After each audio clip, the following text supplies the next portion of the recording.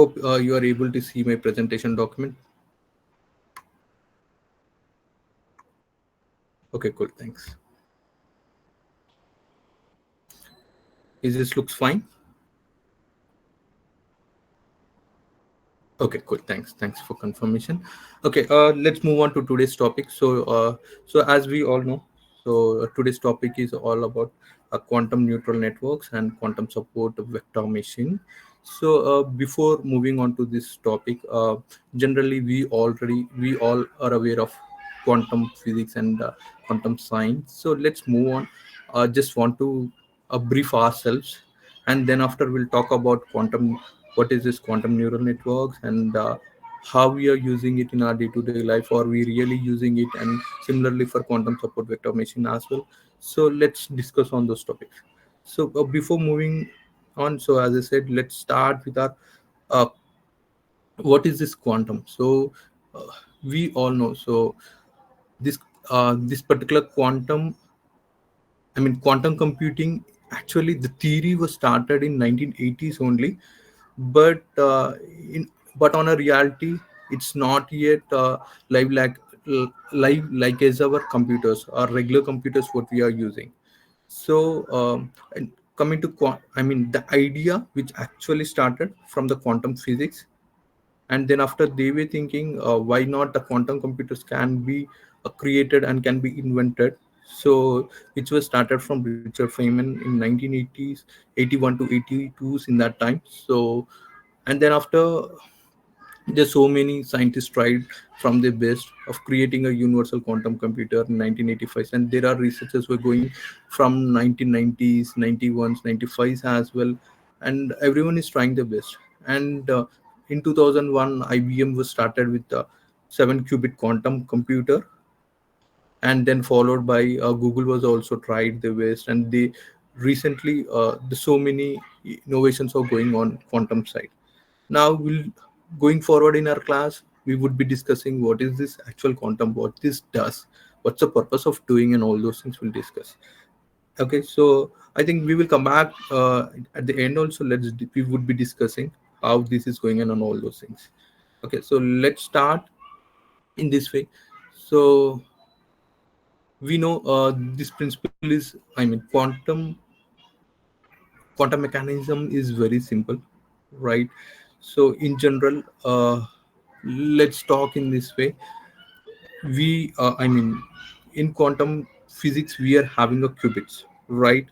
So I mean, in our regular computers, what we are using, right, we are having only bits with a combination of 0 and 1, right? But when come to quantums, we are having a qubits over here. Okay, so the qubits which can represent I mean, which can manipulate the results, and which can present, or which can give you both the results 0 and 1 together at the same time. So here comes our quantum physics into the picture. I mean, our so I just want to compare our regular computer with our quantum computers first, and then after we'll move on. So in our regular computer, let example there is, let's take this as a one image. So in this image we can see a blue line, and as well as in between a dark blue line as well, right? So these all are pixels, right? In order to generate these pixels, our present laptops and everything are using a pixels in the background, which will define a 0 and 1 and identifying the color coding and all those things. And as we know, it is creating some color code structure. In that way it is representing, and it is processing with our sorry. Okay, so with that process transistors, and it was representing in this way, right? That happens everything in the background, but still we talk about we should talk about bits, and that's what it was used in our regular computers. But whereas comes to qubits, it uses both 0 and 1 together, and it will use a parallel identification purpose. Okay, now this qubits is entirely depends upon two things. One is superpositions and the entanglement. So superpositions is nothing but, let example, we are having a 0 and 1. Now when we toss a coin, we can figure it out. It can be either head or tail, but with one single instances. But what this qubit will do, it will say it can generate both the results 0 and 1 together. So that kind of capacity it is having it. And not only that, I can give you the another example as well. Let example, we are, sorry, no, no, I'm not changing any slides. I will move on. So I just want to explain over here.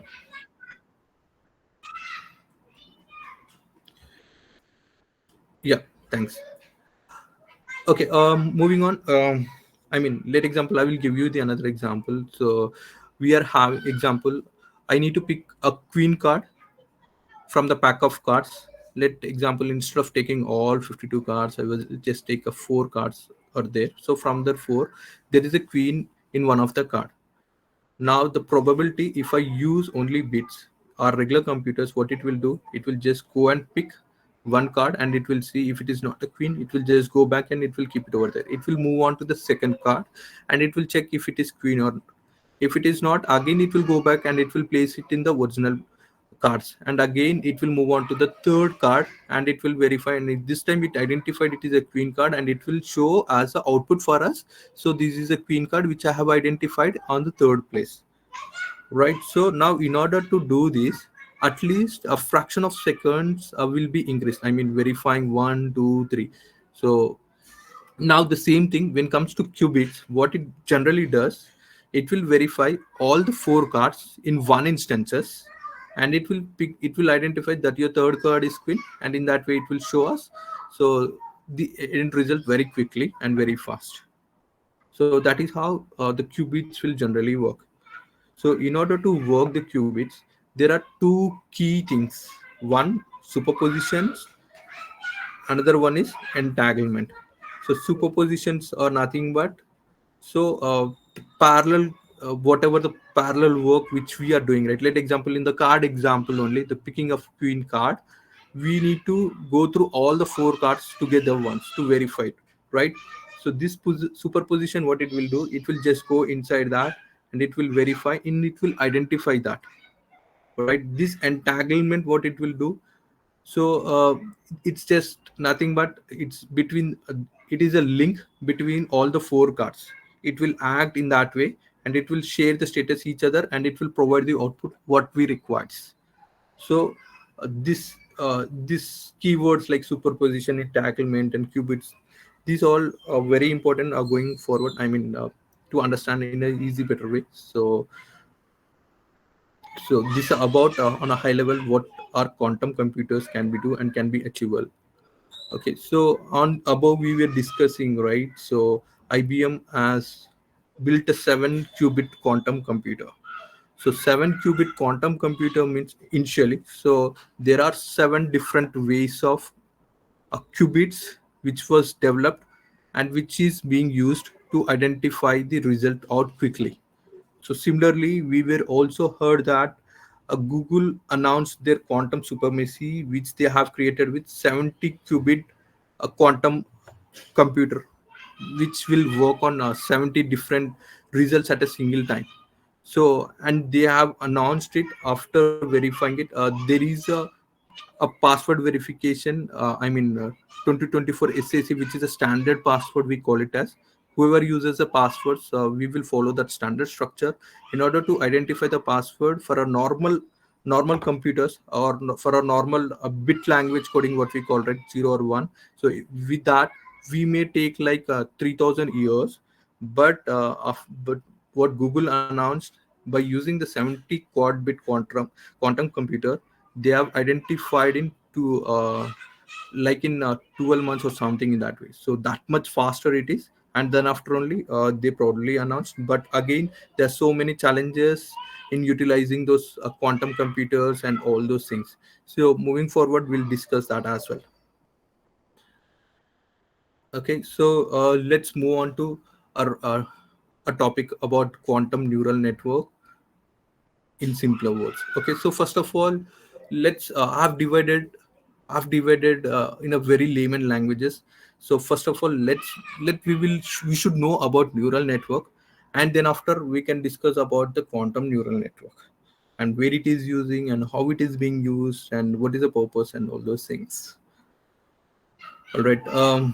Seda, I just moved on to the next screen. Hope you are able to see, right?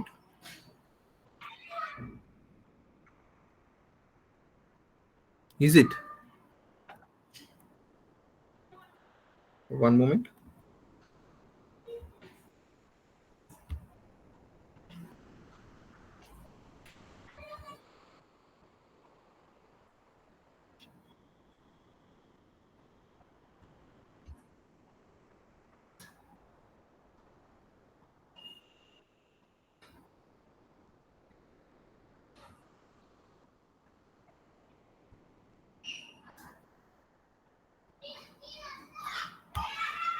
So this time I'm sharing my full screen, entire screen. Let's see.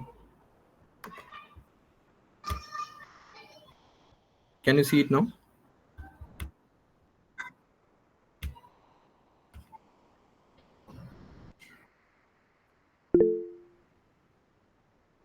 Okay. So earlier you didn't see the screens at all? Oh, okay. No, actually I was changing the screens.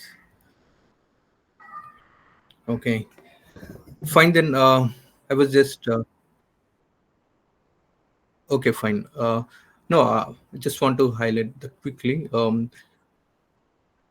So initially, I was just showing this slide, which says how the quantum computing initiation was started. So we started using the quantum physics idea, which started by Richard Feynman, and then followed by so many scientists we did, and they tried identifying how these quantum computers will work and how we can achieve it and all those things.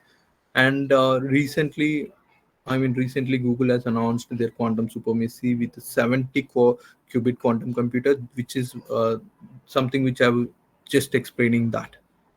Okay, and as we all know, so there are so many research universities like you and so many companies where figuring how these quantum processors can be cloud accessible and how we can use it.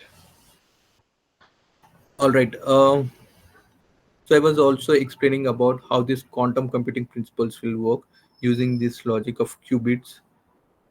Okay, so I mean, in bits we will have only one combination of either zero or one, right?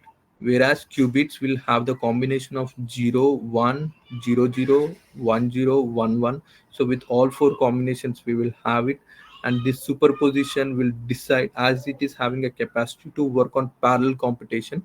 As I explained, the card uh, picking a queen card from a group of cards, so that will identify that will show us the superposition working on parallelly and picking up the end output with accurate results.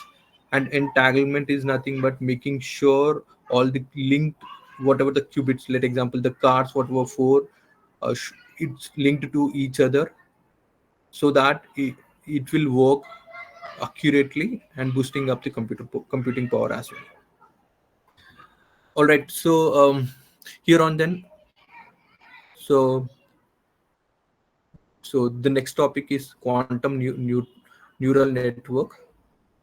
So before moving on to quantum neural networks, so I was just highlighting a neural network. What is this neural network? How this works? So in a layman language, we'll try to cover this, and then after we will move on to quantum neural network, how this is being used in our industry and how it is creating impact for us. Okay, so first of all, neural networks. So let's move on to in a general layman language. So we these neural networks is also being inspired from our human brains itself. So as our human brain is having a neurons inside that, so that neurons how actively it will work, and our brain will also respond accordingly, and we will also do our regular activities accordingly, right? So that's the best example. That itself, considering our brain, they have identified this name as neural network. Okay, that's the main intention of that scientist as well. So that's how the neural network name came into the picture. And this neural, how our brain works, similarly this neural network will also work over here. So now coming to neural network, also here also how our brain is having a neurons. And for our brain, what we'll do, our mind, we would be passing some input parameters. Assume go and eat, so we will just go some restaurant, and we will just go over there, and we will decide, our neurons would be deciding some what we need to eat and all those things. We would be taking that and we would be eating that. So similarly, in our in a technical term also, we would be dividing into three different layers of this neural network. The first layer, we call it as an input layer, and the middle part we call it as a hidden layer, and the third one will be the output layer. So the output layer, which is nothing but our end result, what we are expecting, right? So now in input layer, let example, we can take, let example, there are so many shapes in a geometry box. Okay, or there is a block of shapes from a group of layer, we can call it as. And from there, just I want to figure it out, how many circles are there.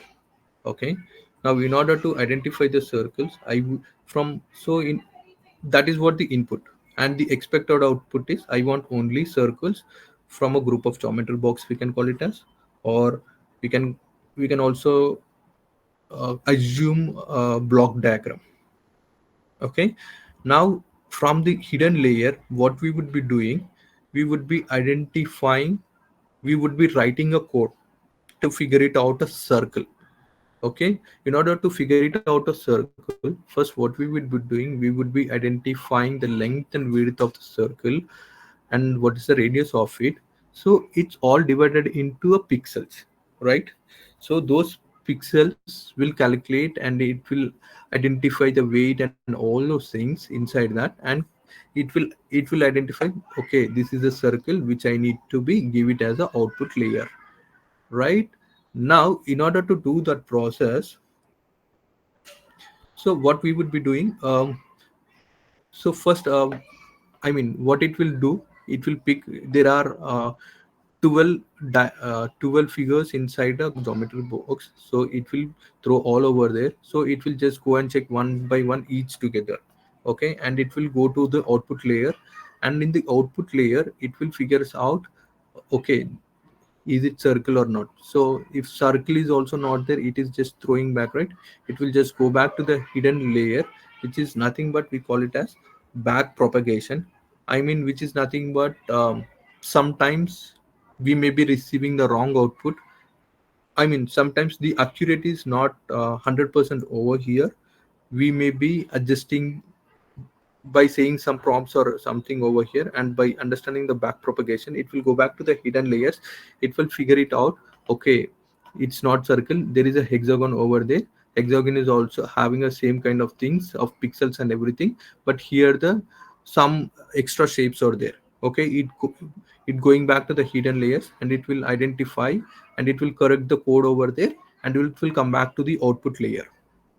Okay, in the output layer, it will again verifies, this time the accuracy shows, okay, this is not a hexagon, this is a circle, it is being identified. If hexagon is identified, means it will show this is a raw, this is not a circle, it will show it in another another part of diagram, sorry, another part of figure over there.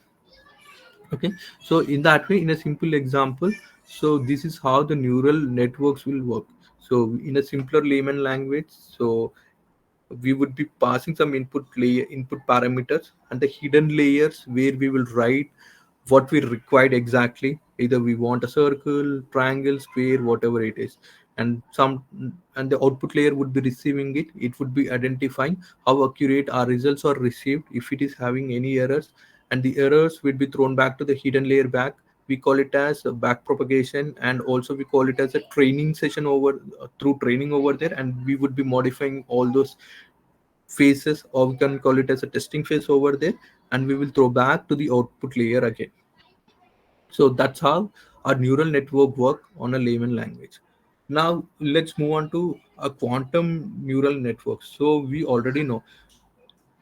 See, a concept is simple. Neural network functions in this way, in the same way. Now a quantum, what it will do, it will pass all our input parameters in a one go, right? And it will try to identify whatever it can do, the numbers and matrix calculate multiplications or whatever it should be performed, right?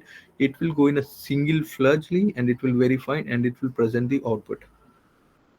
Okay, so nothing, similar structure, just by using qubits and quantum gates. And we all know, so quantum gates, I mean, as we know, so which we are also having a operation or operation not operation, so these will come into the picture when we are using a quantum neural network. So in general, so that will figure it out how exactly it was working. Okay, and it will read it, it will produce more accurate results than the classic neural networks. But in classic neural networks also having back propagation and all those things, in that way also it will give an accurate results. Okay, so again now in quantum neural networks also, this also, in this also superposition plays an important role, as we all know. So this qubits or quantum, it's all depends upon the superpositions. Okay, so this superposition uh, will have all at once, and it will provide multiple possibilities in a parallel go, so that the output result will be shared very quickly, and the results are corrected back very quickly, and the outputs are presented in that way very fast. And let me give you another example. So this also uses, I mean, we are also mentioning interference. Let example, I will give you in this way. A guy who is sitting, I mean, who is sitting near the ocean on the beach, and who is just throwing a couple of stones. Okay, first stone he throwed, and or he is throwing two stones together, and the two stones are repelled each other. And he also thrown one, two big stones together, and it created a wave kind of thing. So he was expecting a wave. So that was a result he was looking for that. And when it combines, right, I mean the way which is expecting when he thrown the two stones, right, I mean the size of the stones and all those things. So which means it is calculating at what kind of interference, which, I mean this interference, some it will create, I mean a powerful way of solution, so that we can use it for our need what we requires. So that kind of identification purpose this QNN will generally does. Okay, so this QNN, quantum neural network, this mainly use in many places. Let example, I will give you another best example. Sorry, I don't have a pictorial representation, but just imagine, let example, there is a street. Okay, in that street cars are moving, and there are policeman is also there, and there is a dog and cats are also there. Now from this we need to identify only dog. Okay, from that picture. Now our prediction is, now that was my input layer, that picture whatever I have explained. So in that picture there are four different characters. The first character is, there is a policeman, and which who is standing on the road, and we are also having a cat, dog, and there is a car as well. Okay, from these four we need to identify the dog. Now in order to identify the dog, so how we would be doing, so in the hidden layer I would be writing a code. So I would be mentioning, so there will be there I mean I was looking for four legs of what we call a character over there, which is having a tail as well, and which is also having a long ears. In that way I was mentioning, but at the same time even cat is also having the same features, right? It is also having a four legs, it is also having a tail and all those things, right?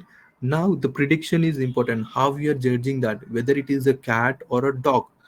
Now here our interference comes into the picture. It will identify that based upon the optimal solution. Let example, first attempt you have thrown, the end user rejected it.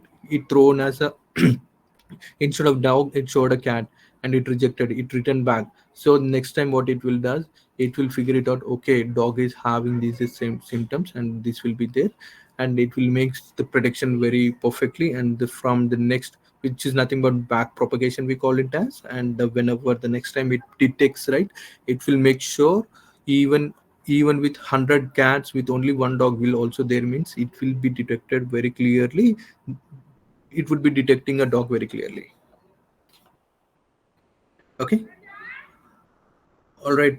So that's how our quantum neural networks will work.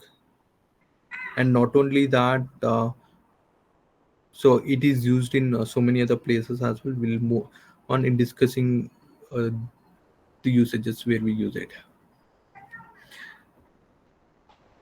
So on a high level flow, this is how generally the QNN will work visually. So classical data, whatever you are sharing with, and we would be using a qubits to identify that. This qubits, what it will do, it will go through the quantum circuit gates, like, or either it should go with our and logic or logic or not logic, or it should be the combination of and or not, or so we generally have so many circuit gates over there, right? So it will go through all the challenges, and it will provide our classical prediction over there. Cool. So hope you understood about QNN. So let me move on to quantum support vector machine. Is this fine, or shall I move on to quantum support vector machine?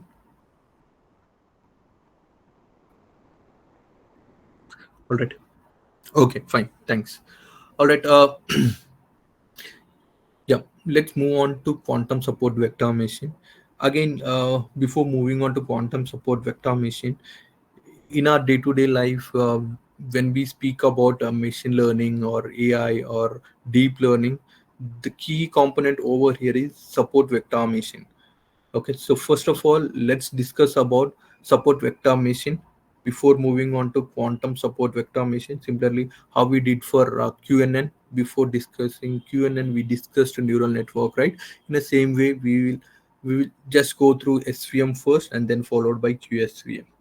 Okay, in SVM, so I mean in support vector machine, right? It's uh, it's all about, we call it as hyperlane. Hyperlane is nothing but a, a line which divides two different sectors. Okay, in this example, what I was saying, so there is a box which is having both apples and oranges.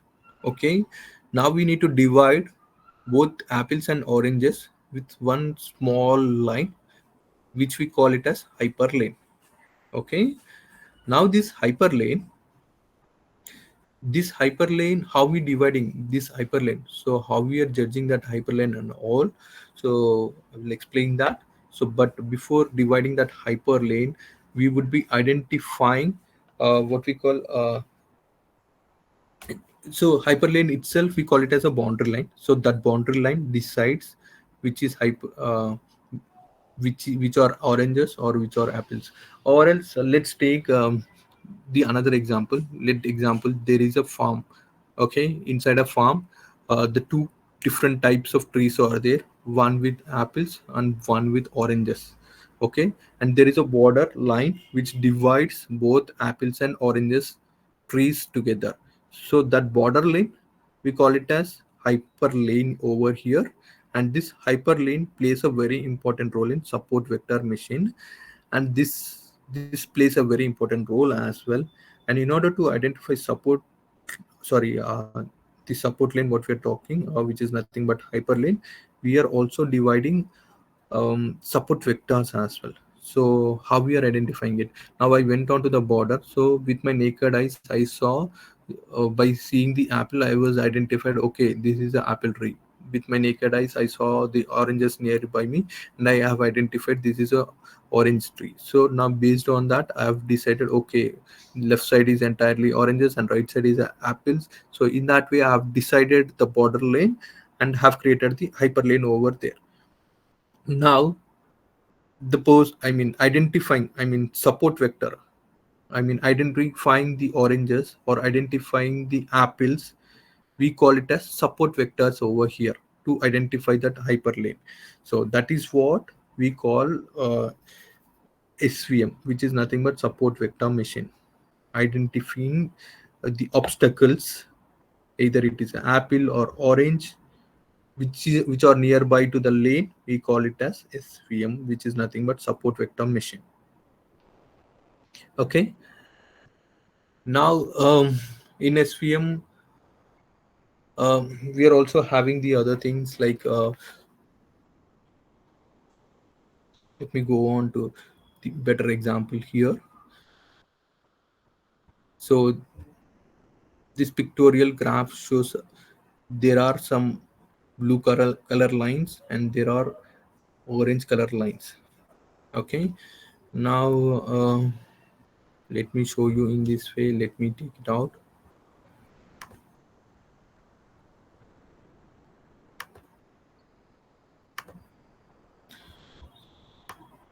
So I was just dividing one line. So this dividing line, which says clearly there is a differentiation between these two sectors. Correct? One is at a blue line, another one is orange line. This dividing line, we call it as hyperlane, which is nothing but a border lane. Now, to identify this border lane, what else how we are recognizing it? So now nearby what I'm seeing, there is a blue line here. Okay.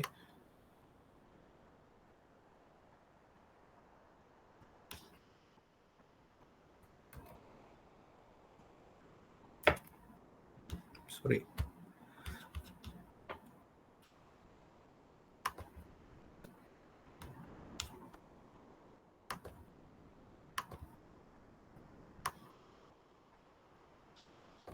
Okay, I have decided it.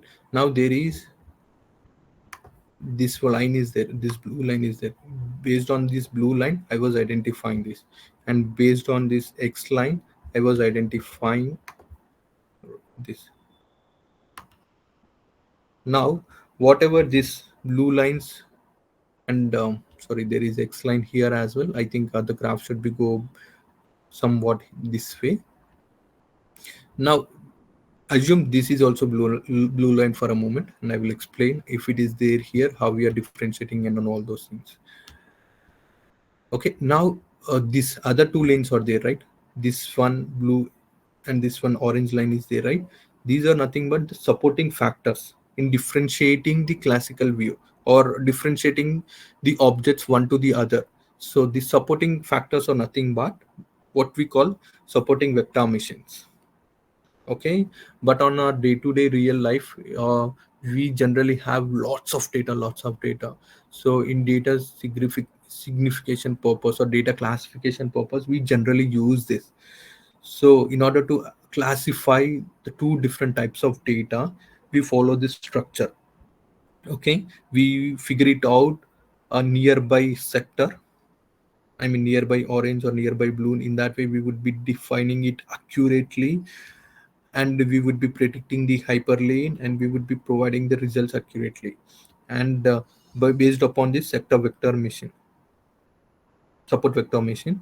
And also these particular SVMs are also used for the regression purpose, regression, and mainly for the classification purpose we would be using this. And also one more important thing. Now this whatever we are seeing here, right, this we call it as a non-linear SVM.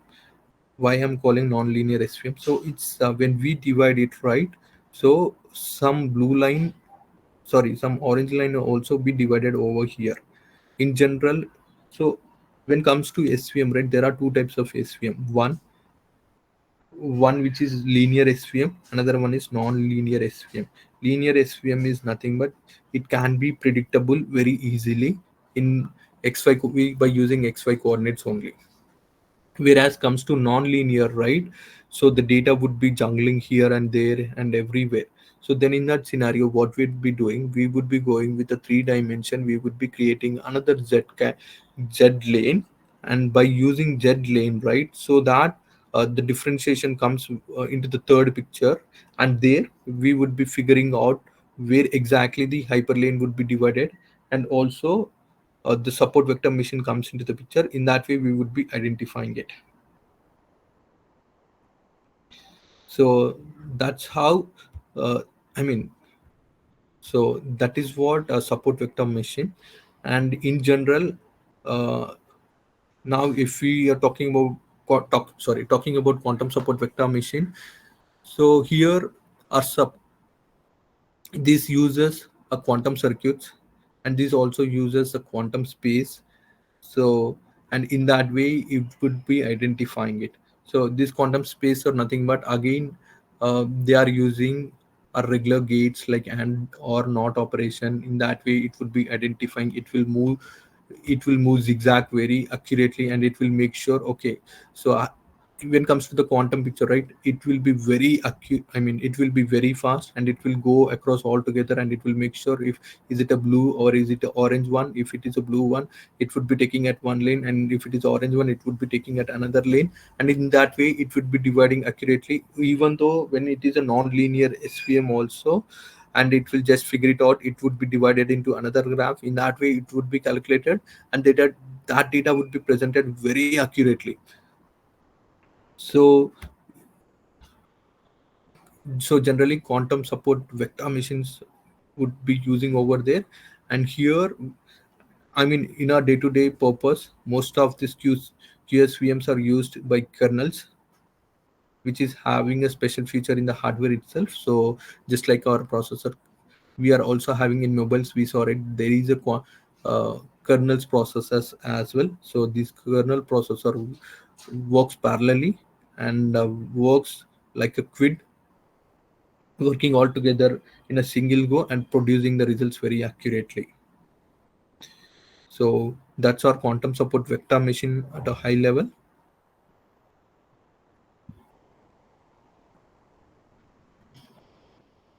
Now in general, so our I mean as I said in one of our slide, currently this quantum machine learning was being used across IBM and Google a lot, and they are investing a lot on this quantum SVM a lot, and they are investigating, and they're focusing more on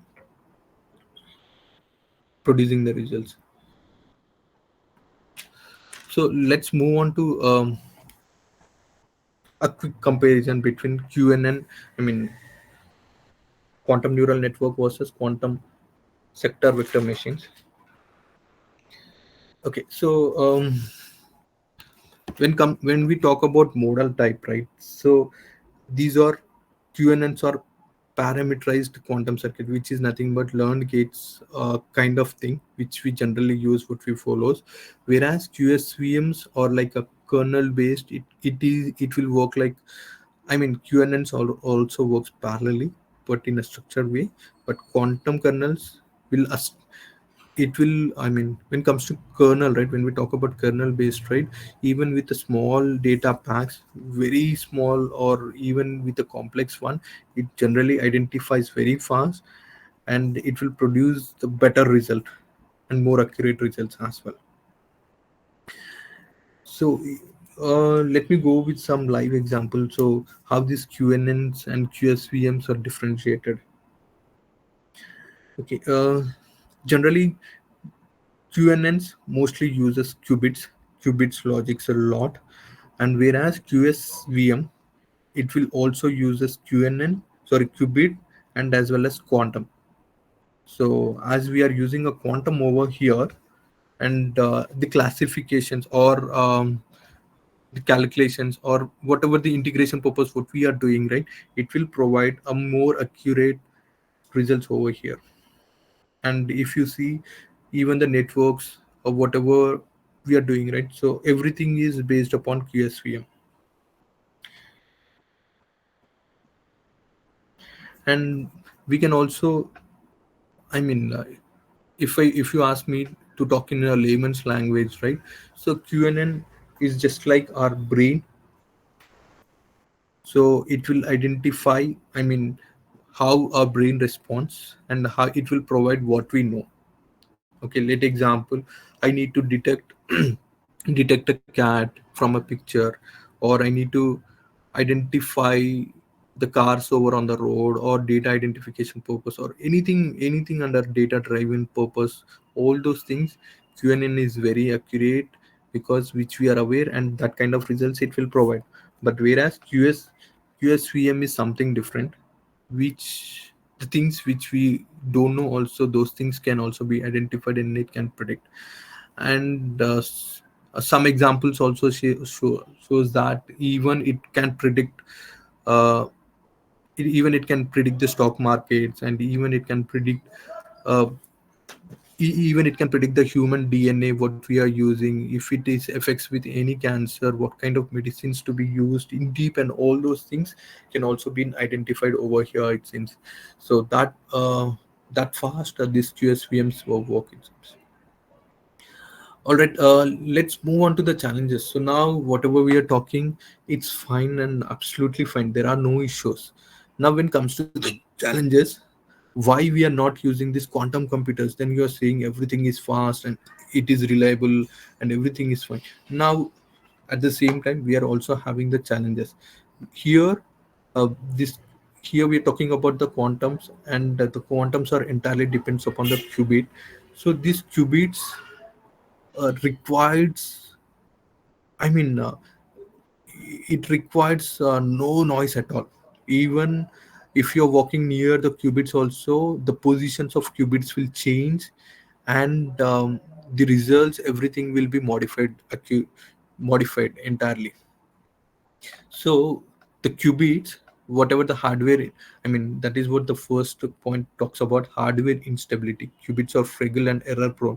Why we are talking error prone over here is, so in order to maintain a qubit, uh, in earlier days we generally see, right, we are having a room big of computers at the processor, and then after it reduced to CPUs and to laptops, and even more smaller now. Even the neuron size of chips are over here in our current industry. But when it comes to qubits also, the qubits are very nano size in nature, and it shouldn't be disturbed in terms of hardware wise. And when multiple qubits are, I mean, it should be linked from one to the other. Even the linking disturbance happens also, it will fail. So that is why, if you see, IBM just created only 7 qubits of a processor, and they were using that.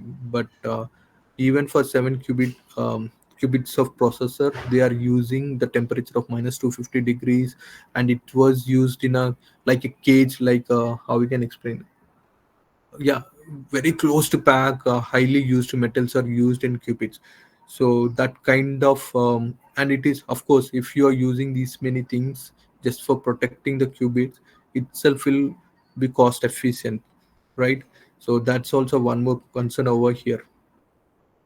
And quantum error correction. So, and as I was mentioning, error correction is nothing but, if some noises happen or something, even when you are placing, right, one to the other, one qubit to the another, every time it should be linked. If that is missing also, it will create error corrections over there. So that's also one more problem. And scalability. So currently, we are not denying. So building large scale quantum machines is also complex. Um, we are only restricting to 50, or I mean, Google is also already released a 70 qubits of quantum, but it's too risky to maintain more quantum machines together. So it's highly, I mean, it's not possible. But currently, in our current situation, every industry is working how to reduce the complexities over there in scalability in order to make sure uh, more number of qubits can be worked together, so so that it will have a more stability. Now these are at a hardware level of challenges. Now not only that, it will also have advantages, and at the same time those advantages can also be the challenges. The advantages, like even the cyber security, hacking, whatever, wherever it's happening, right, it can be identified very quickly and very easily. And at the same time, even your passwords, your own self password also break within fraction of seconds, not even more than 3 or 5 seconds too. In that way also, this can be used, this can also be misused at the same time. And not only that, of course, this can be used in industrial areas, it can be used in medical field by identifying so many medicines for the cancers and so many things as well. And even this can be also helped in the cyber security areas, and in the traffic areas, everywhere this will be helpful a lot, just like our AI.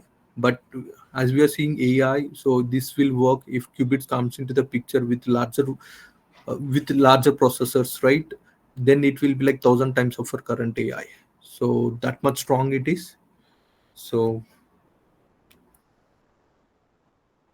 yeah, these are some live examples of simulating a small molecules to speed new materials and drug recovery, whatever we are thinking, right? It, as I was mentioning, it can go inside a DNA to identify the exact molecule it required. In that way, it can identify the drugs and all those things. But still, these are all examples, but all are in the beginning phase. So I don't want to talk where it is going on, all those things. So that's about, guys. Sure,